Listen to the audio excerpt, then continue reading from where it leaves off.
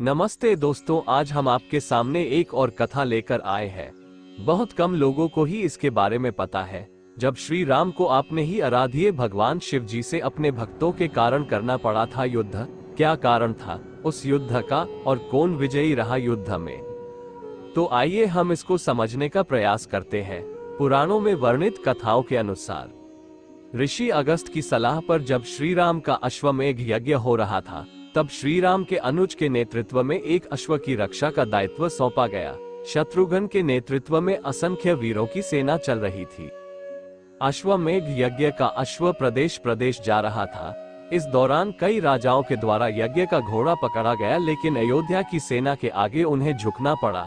शत्रुघ्न के अलावा सेना में हनुमान, सुग्रीव और भरत पुत्र पुष्कल सहित कई महारथी उपस्थित थे, जिनसे जीतना देवताओं के लिए भी संभव नहीं था।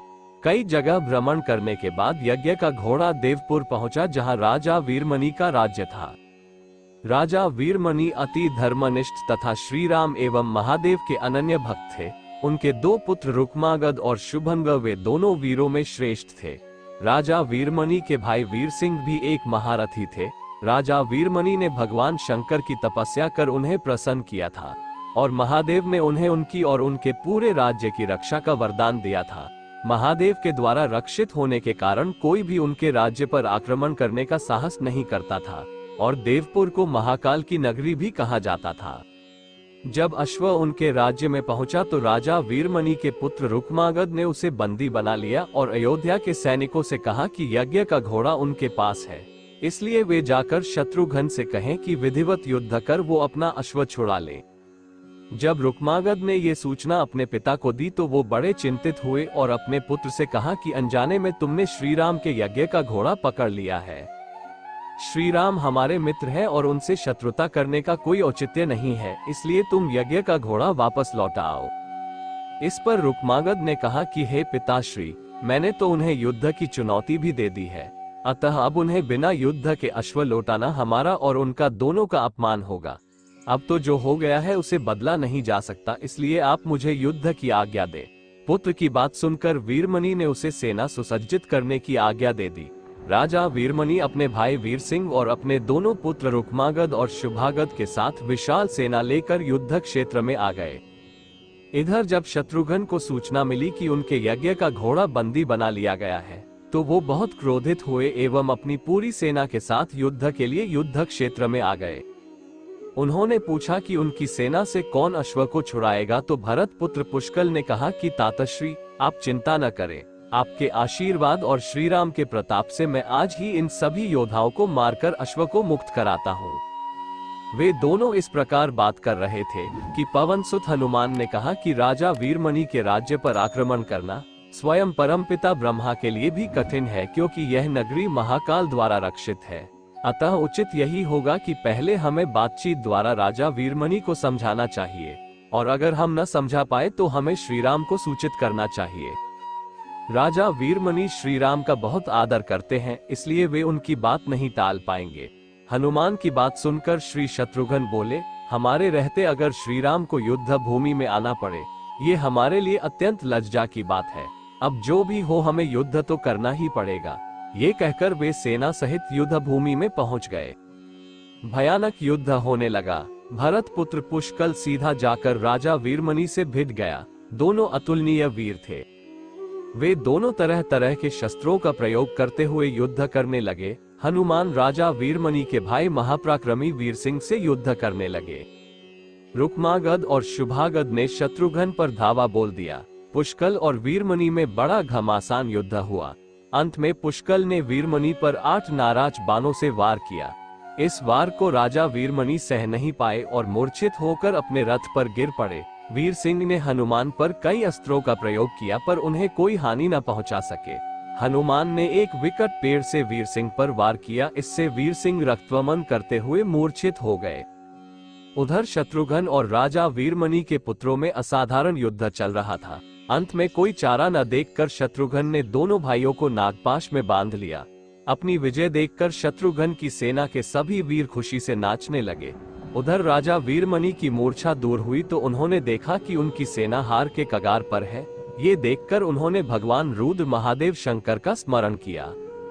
महादेव ने अपने भक्त को मुसीबत में जानकर वीरभद्र के नेतृत्व में नंदी, भृंगी सहित सारे गणों को युद्ध क्षेत्र में भेज दिया। महाकाल के सारे अनुचर उनकी जय जयकार करते हुए अयोध्या की सेना पर टूट पड़े। शत्रुघ्न, हनुमान और सारे लोगों को लगा कि जैसे प्रलय आ गया हो। जब उन्होंने भयानक मुख वाले रुद्रावतार वीरभद्र, नंदी, भृंगी सहित महादेव की सेना देखी तो सारे सैनिक भय से कांप उठे। शत्रुघ्न ने हनुमान से कहा कि जिस वीरभद्र ने बात ही बात में दक्ष प्रजापति का मस्तक काट डाला था और जो तेज और समता में स्वयं महाकाल के समान है, उसे युद्ध में कैसे हराया जा सकता है। ये सुनकर पुष्कल ने कहा कि हे तातश्री, आप दुखी मत हो, अब तो जो भी हो हमें युद्ध तो करना ही होगा।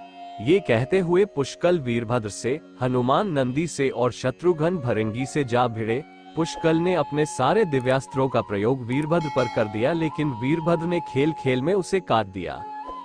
वीरभद्र ने पुष्कल से कहा कि हे बालक, अभी तुम्हारी आयु मृत्यु को प्राप्त होने की नहीं हुई है, इसलिए युद्ध क्षेत्र से हट जाओ। उसी समय पुष्कल ने वीरभद्र पर शक्ति से प्रहार किया, जो सीधे उनके मर्मस्थान पर जाकर लगा। इसके बाद वीरभद्र ने क्रोध से थर्राते हुए एक त्रिशूल से पुष्कल का मस्तक काट लिया और भयानक सिंहनाद किया। उधर भृंगी आदि गणों ने शत्रुघ्न पर भयानक आक्रमण कर दिया। अंत में भृंगी ने महादेव के दिए पाश में शत्रुघ्न को बांध दिया। हनुमान अपनी पूरी शक्ति से नंदी से युद्ध कर रहे थे। उन दोनों ने ऐसा युद्ध किया जैसा पहले किसी ने नहीं किया था। दोनों श्री राम के भक्त थे और महादेव के तेज से उत्पन्न हुए थे। काफी देर लड़ने के बाद कोई और उपाय न देखकर नंदी ने शिवास्त्र का प्रयोग कर हनुमान को पराभूत कर दिया। अयोध्या के सेना की हार देखकर राजा वीरमणि की सेना में जबरदस्त उत्साह आ गया और वे बाकी बचे सैनिकों पर टूट पड़े। ये देखकर हनुमान ने शत्रुघ्न से कहा कि मैंने आपसे पहले ही कहा था कि ये नगरी महाकाल द्वारा रक्षित है, लेकिन आपने मेरी बात नहीं मानी। अब इस संकट से बचाव का एक ही उपाय है कि हम सब श्री राम को याद करें। ऐसा सुनते ही सारे सैनिक शत्रुघ्न, पुष्कल एवं हनुमान सहित श्री राम को याद करने लगे। अपने भक्तों की पुकार सुनकर श्री राम तत्काल ही लक्ष्मण और भरत के साथ वहां आ गए। अपने प्रभु को आया देख सभी हर्षित हो गए एवं सबको ये विश्वास हो गया कि अब हमारी विजय निश्चित है। श्री राम के आने पर जैसे पूरी सेना में प्राण का संचार हो गया। श्री राम ने सबसे पहले शत्रुघ्न को मुक्त कराया और उधर लक्ष्मण ने हनुमान को मुक्त करा दिया। जब श्री राम, लक्ष्मण और भरत ने देखा कि पुष्कल मृत्यु को प्राप्त हो चुके हैं तो उन्हें बड़ा दुख हुआ। भरत तो शोक में मूर्छित हो गए।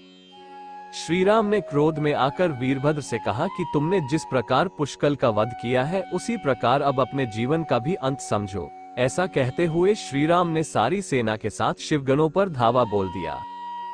जल्द ही उन्हें ये पता चल गया कि शिवगणों पर साधारण अस्त्र बेकार है, इसलिए उन्होंने महर्षि विश्वामित्र द्वारा प्रदान किए दिव्यास्त्रों से वीरभद्र और नंदी सहित सारी सेना को विदीर्ण कर दिया। श्री राम के प्रताप से पार न पाते हुए सारे गणों ने एक स्वर में महादेव का आह्वान करना शुरू कर दिया। जब महादेव ने देखा कि उनकी सेना बड़े कष्ट में है तो वे स्वयं युद्ध क्षेत्र में प्रकट हुए। इस अद्भुत दृश्य को देखने के लिए परमपिता ब्रह्मा सहित सारे देवता आकाश में स्थित हो गए। जब महाकाल ने युद्ध क्षेत्र में प्रवेश किया तो उनके तेज से श्रीराम की सारी सेना मूर्छित हो गई। जब श्रीराम ने देखा कि स्वयं महादेव रण क्षेत्र में आए हैं तो उन्होंने शस्त्र का त्याग कर भगवान रुद्र को दंडवत प्रणाम किया एवं उनकी स्तुति की। उन्होंने महाकाल की स्तुति करते हुए कहा कि हे सारे ब्रह्मांड के स्वामी, आपके ही प्रताप से मैंने महापराक्रमी रावण का वध किया। आप स्वयं ज्योतिर्लिंग में रामेश्वरम में पधारे। हमारा जो भी बल है वो भी आपके आशीर्वाद के फलस्वरूप ही है। ये जो अश्वमेध यज्ञ मैंने किया है वह भी आपकी ही इच्छा से ही हो रहा है, इसलिए हम पर कृपा करें और इस युद्ध का अंत करें। ये सुनकर भगवान रुद्र बोले कि हे राम, आप स्वयं विष्णु के रूप है, मेरी आपसे युद्ध करने की कोई इच्छा नहीं है। फिर भी मैंने अपने भक्त वीरमणि को उसकी रक्षा का वरदान दिया है, इसलिए मैं इस युद्ध से पीछे नहीं हट सकता, अतः संकोच छोड़कर आप युद्ध करें। श्रीराम ने इसे महाकाल की आज्ञा मानकर युद्ध करना शुरू कर दिया। दोनों में महान युद्ध छिड़ गया, जिसे देखने देवता लोग आकाश में स्थित हो गए। श्रीराम ने अपने सारे दिव्यास्त्रों का प्रयोग महाकाल पर कर दिया, पर उन्हें संतुष्ट नहीं कर सके। अंत में उन्होंने पाशुपतास्त्र का संधान किया और भगवान शिव से बोले कि हे प्रभु, आपने ही मुझे ये वरदान दिया है, कि आपके द्वारा प्रदत्त इस अस्त्र से त्रिलोक में कोई पराजित हुए बिना नहीं रह सकता। इसलिए हे महादेव, आपकी ही आज्ञा और इच्छा से मैं इसका प्रयोग आप पर ही करता हूँ। ये कहते हुए श्री राम ने वो महान दिव्यास्त्र भगवान शिव पर चला दिया। वह अस्त्र सीधा महादेव के हृदय स्थल में समा गया और भगवान रुद्र इससे संतुष्ट हो गए। उन्होंने प्रसन्नता पूर्वक श्री राम से कहा कि आपने युद्ध में मुझे संतुष्ट किया है, इसलिए जो इच्छा हो वर मांग ले। इस पर श्री राम ने कहा कि हे भगवान, यहाँ इस युद्ध क्षेत्र में भ्राता भरत के पुत्र पुष्कल के साथ असंख्य योद्धा वीरगति को प्राप्त हो गए हैं, उन्हें कृपया जीवन दान दीजिए। महादेव ने मुस्कुराते हुए तथास्तु कहा और पुष्कल समेत दोनों ओर के सारे योद्धाओं को जीवित कर दिया। इसके बाद उनकी आज्ञा से राजा वीरमणि ने यज्ञ का घोड़ा श्री राम को लौटा दिया और अपना राज्य रुक्मांगद को सौंपकर वे भी शत्रुघ्न के साथ आगे चल दिए।